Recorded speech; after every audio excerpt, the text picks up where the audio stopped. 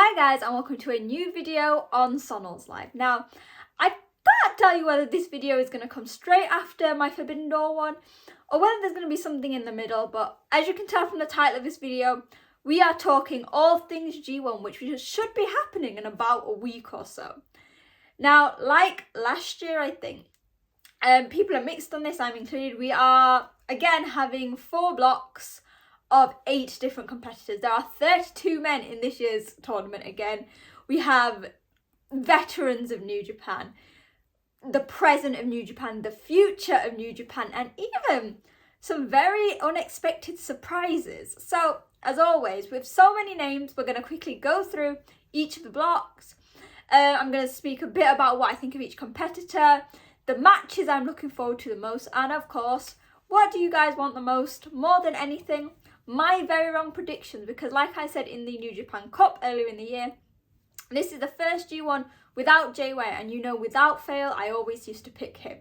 So we'll have to see who gets the Sonal seal of approval for this year, and probably won't win because of that. So yeah, let's get going, and we'll start with the first block. So, like I said, we're always going to start alphabetically, so we're going to start with Block A, or as I call it, and everyone else called it, the baby block, because it is basically got the majority of the under 30s, so all the new and upcoming stars in New Japan, so former young lions and things like that. The first name, before we speak about the rising stars of New Japan, the first competitor in Block A, as expected, is IWGP Heavyweight Champion Sanada. Now, he had successful defenses against Tsuji, Hiromu. He had one at Forbidden Door against Jungle Boy. So he is coming on pretty decent momentum, and I think it's safe to say he might be quite safe in this block. However, we have got some stunning people in this, so let's go through it. Sanada. We have got Chase Owens, who is returning to Japan for his 3rd consecutive entry. We then have Hikuleo. So Hikuleo was booked amazingly at the start of the year. He beat Jay White, cries, beat Kenta, but then lost the title. I think this G1 is, and it's his debut G1, is the perfect chance for him to shine. He has his brothers back, so I'll mention later, so Gorillas of Destiny are back together. And I really feel like this could be Hikuleo's year to really break out and show he's not a young lion. He's not just Tamatonga and Tangaloa's little brother. He is his own person. He is the man who got Jay White kicked out of Japan. And although, you know what, love you, Hikuleo, I will never forgive you for that.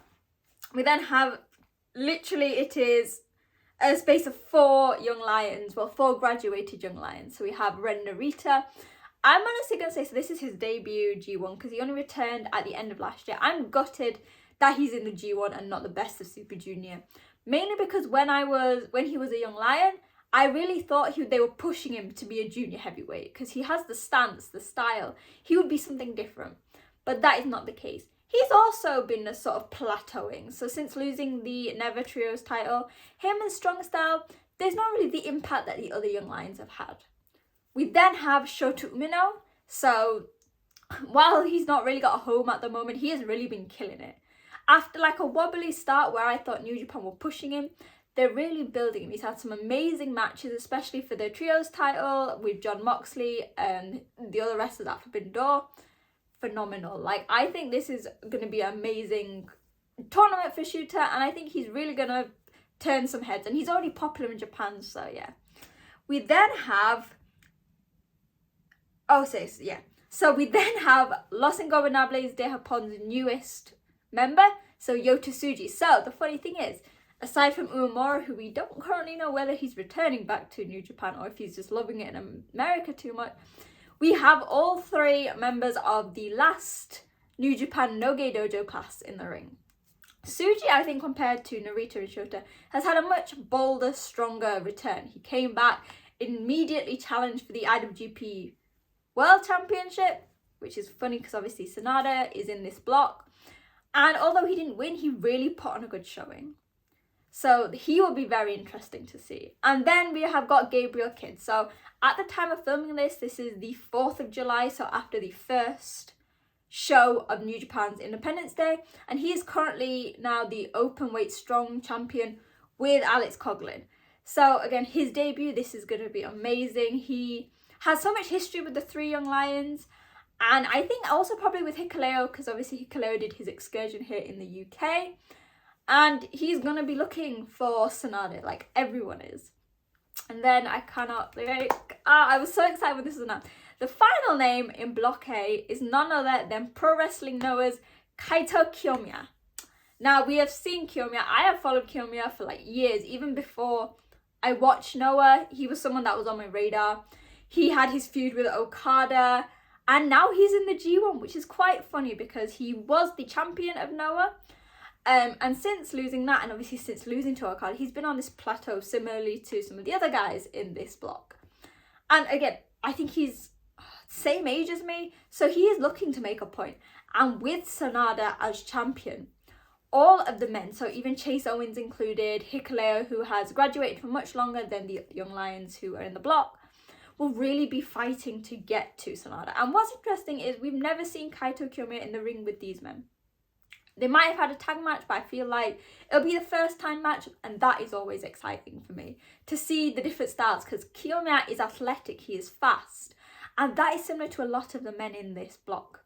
Now, I'm going to speak about like just one match, so one match from each block I'm looking forward to the most, and this one will be Sanada versus Kiyomiya. Okay, we'll do 2. Sanada versus Kiyomiya, because I think they're very similar in their styles. They're both very Japanese style, but also extremely fast and agile. I think their personalities will clash a bit, because I think although Sanada is in Just 5 Guys, he's still very tranquilo, and Kiyomiya gets really fired up. He's young. He is in a new company, a company that's different to him, like to where he grew up and where he was raised. So he will be wanting to fight it out. The other match, I guess not one, but anything between the 3 Noge Dojo Young Lions. For me, their class holds something very special, because they were the first class of Young Lions I followed from the minute they debuted to their excursion, and now, especially with Tsuji and Shota, who I've seen several times here in the UK, so that means a lot. So yeah, A block is full of really strong whippersnappers. God, I sound like an old person now. Yeah, it's going to be a great block, and I really think that New Japan have done really well with the diversity, albeit they've put all the youngsters in it, but I think there's a reason for that. We're then going to go into Block B, which has a lot more veteran stars in it. So we start with Kazuchika Okada. So I'm looking at his stats here. It's his 12th consecutive entry. He won it in 2012, 2014, 2021 and 2022. And he's going in as the never 6-man champion. Now, this is going to be very important for Okada, because while he's holding the tag belts, that's not what he wants.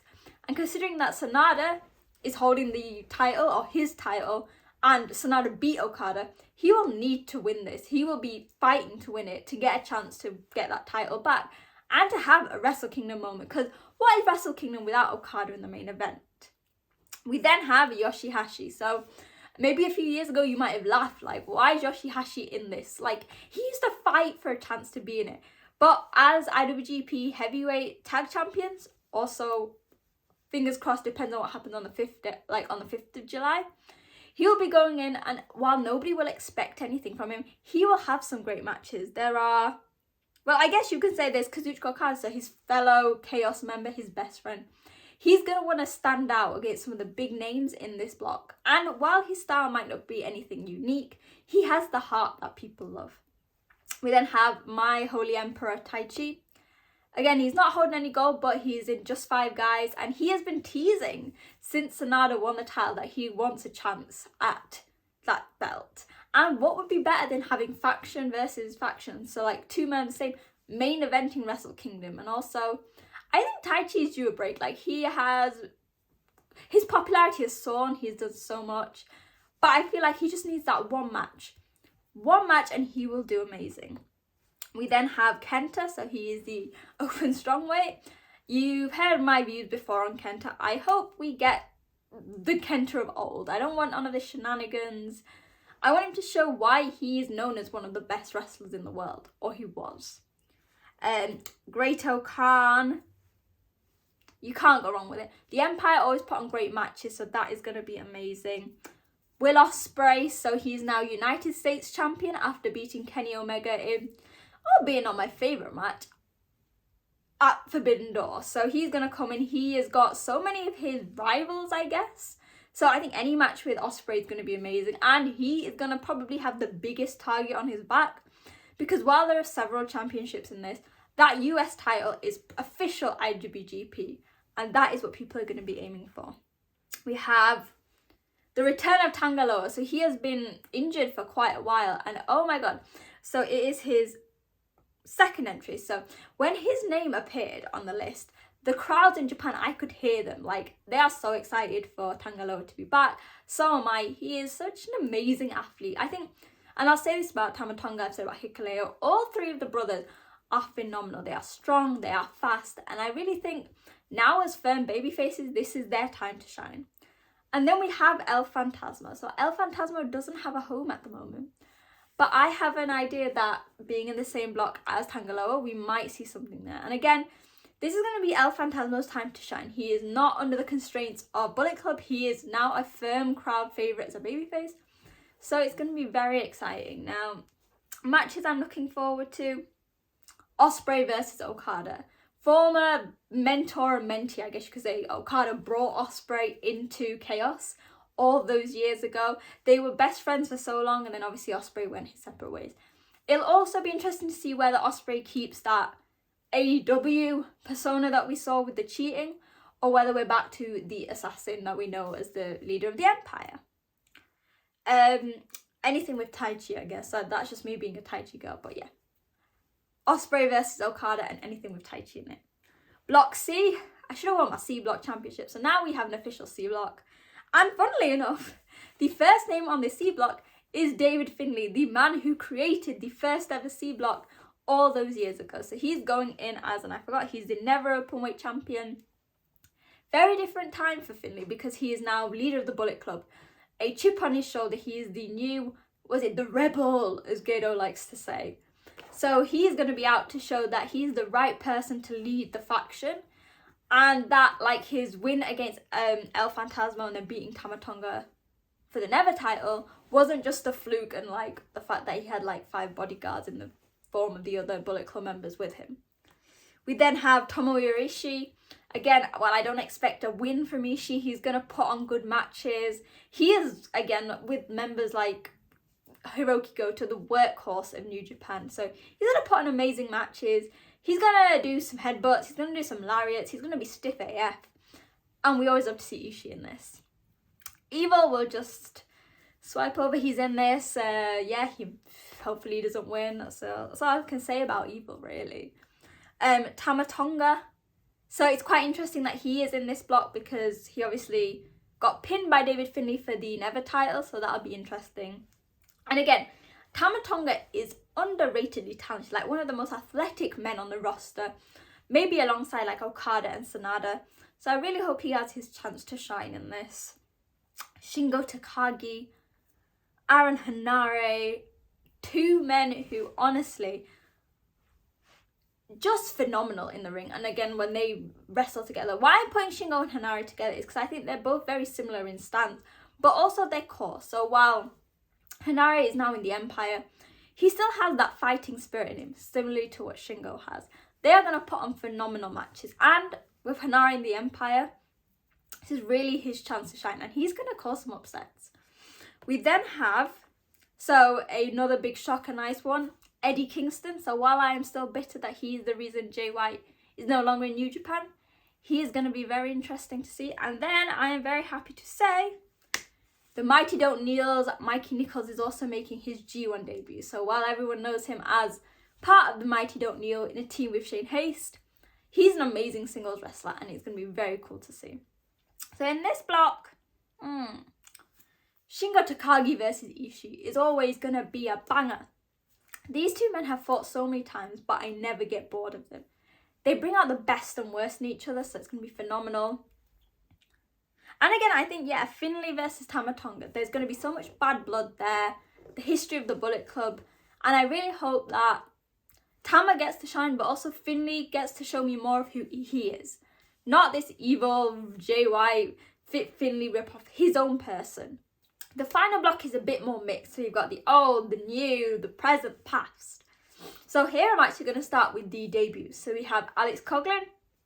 So like I said with Gabe Kidd, the Never Strong tag champion, open weight ones, I got that right, and maybe IWGP, depending on what happened. My favourite, so we've got Mikey Nichols in the C block. We have Shane Hayes in the D block making his debut. So I followed TMDK when they were in WWE NXT, and there was always something about Shane Hayes that I loved. His, not just like his athleticism in the ring, but his personality as a wrestler. And as he's come to New Japan, he has shown me that. Simple as like when he tried to imitate Zack Sabre Jr. before his Jeff Cobb match. I think as peppy and as charismatic as Shane Hayes is, in the ring he is second to none. He is so big and strong, but very agile and athletic. I think he's going to be someone that people need to watch out for because he is so unpredictable and most people will not know what to expect. We then have Toru Yano. I know some people were upset, like, oh, they needed to whittle it down. You can't have a G1 without Toru Yano. Like, we're going to hopefully see some scissors, some sellotape, some chairs. It's going to be unpredictable, but you know what? You always need something light in this. And you know what? Who knows? He might throw in Big Match Yano once in a while. We then have Jeff Cobb, so Gachimuchi. He's going to be a very strong contender in this block. He has had a very interesting time in New Japan. Like, for all his potential, I feel they've not lived up to, like, they've not given him the opportunities. He's had title match after title match and not won. He held the, I think he might have held the tag titles, but lost it. He lost against Omega. This needs to be Cobb's time to, like, turn it all around. Talking about Cobb and obviously his failed title defenses, Zack Sabre Jr. is also in this match. He is one of the most successful champions in the world in wrestling right now, holding the New Japan World Television Championship. So he's going to have a target on his back. We then have Hiroki Goto. So his fingers crossed that at the time I post this, he is still IWGP Heavyweight Champion. So he has been this 16 times. So probably one of the most veteran people, apart from the person I'm going to speak about next. Hiroki Goto, again, like Ishii and things like that, workhorse, will always put on consistently good matches. I guess the only person who works harder than Hiroki Goto is Hiroshi Tanahashi, who is in his 22nd year. Now, I mentioned this at Forbidden Door. Tanahashi is not in a good way at the moment. I worry and I feel like New Japan are aware of this. Tony Khan, hell, he bloody addressed it. So I feel like this is going to be the weakness and Tanahashi is going to be that weak link in the block. He's going to be the one that people are going to get easy wins over. And one of those men who's going to do it, and the final member of D block, Tetsuya Naito. So Naito has said this multiple times. He was like, he knows he doesn't have a long career. His style of wrestling doesn't allow that.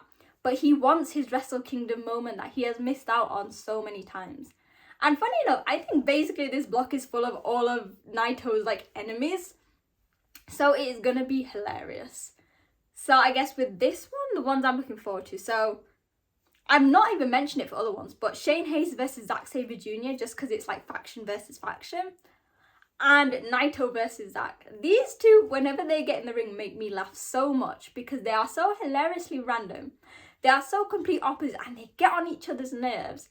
But also they're both phenomenal wrestlers. So they combine the storytelling with the wrestling to create something perfect. Okay, so we're going to the predictions, which are going to be wrong because I'm going to go with my heart, but you know what, blah, blah, blah. I'm not sure how this is actually working, if they're going to do it as like just the winners face each other, the blocks, and then you're going to go to the final, or if it's going to be like the best of Super Juniors. We're just going to assume that it's sticking to the normal basis. So I'm going to say block A, Kaito Kiyomiya is going to win. I think him and Sanada are going to be tied for points, but I think Kiyomiya is going to have beaten Sanada. Like, similarly to what happened, I think, in the G1 with Marufuji and Okada. And then Kiyomiya is going to go forward with the advantage. Block B, my heart says Tai Chi, but that's not going to happen because no one wants to give Tai Chi anything. I'm going to go for Okada. New Japan has not given us Kiyomiya versus Okada 2 or 3. We need that rematch. And if it's between the two of them, I'm going to go for Okada. Just because I've got in my head who I want next. For the next one, I'm going to say for block C, I was going to go Shingo Takagi, but that doesn't work. I guess the strongest one there is, I don't think it's going to be Finlay either. I'm going to put Tama Tonga, because I think Tama Tonga, this is going to be his like comeback, like, you know what, I'm a babyface. Yes, I lost to Finlay, but I'm gonna become like the new guiding force in the company. And also, considering that he's in the tournament after rumours of the three brothers leaving, I think they're really gonna push Tama. And then D block, I've got Tetsuya Naito.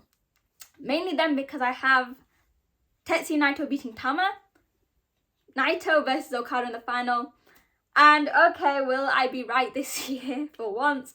I've got Tetsuya Naito winning this year's G1 Climax. I think that New Japan will probably understand that Naito is not gonna be wrestling at full capacity for longer. He has said he doesn't want to be like Tanahashi, wrestling until his knees are gone. So I think they're gonna let him win and give him that Wrestle Kingdom moment. Whew. I mean, we'll have to check back at the end of August to see whether, like, the middle of August to see if this is going to happen or not. But those are my predictions. So, yeah, like I said, I've blabbed on for about 20 minutes. Now it's your turn to talk to me. Let me know in the comments and on social media at wrestling_chat. What are your thoughts on this year's lineup? Who are you looking forward to the most? I need your predictions, so tell me who you think is going to win each block. Who is going to win the tournament? Which matches you think are going to stand out the most? And put them all in the comments and see how similar or dissimilar you are to mine. The next few weeks, the next 2 months, I guess, are going to be crazy with so much content, whether it's on the G1 or just like evergreen content, stuff just randomly about New Japan. So make sure that you are the first people to find out about it. So hit that like button along with commenting and sharing, so that basically you spread the word of Sono's life and her love for New Japan to the internet. Make sure to hit that subscribe button, and you know what, if you click the alarm, you will literally be the first people to know when I post, not having to wait for social media or whether Elon Musk is having another breakdown over Twitter. So yeah, hit subscribe. The G1 is set to start and it is going to be a very hot summer, so hopefully it matches up to everyone's expectations with one of the biggest and probably strongest lineups I've seen, despite it being 32. So yeah, hopefully you guys enjoyed the video. Hopefully you'll enjoy the tournament, and I'll see you guys very soon. Bye!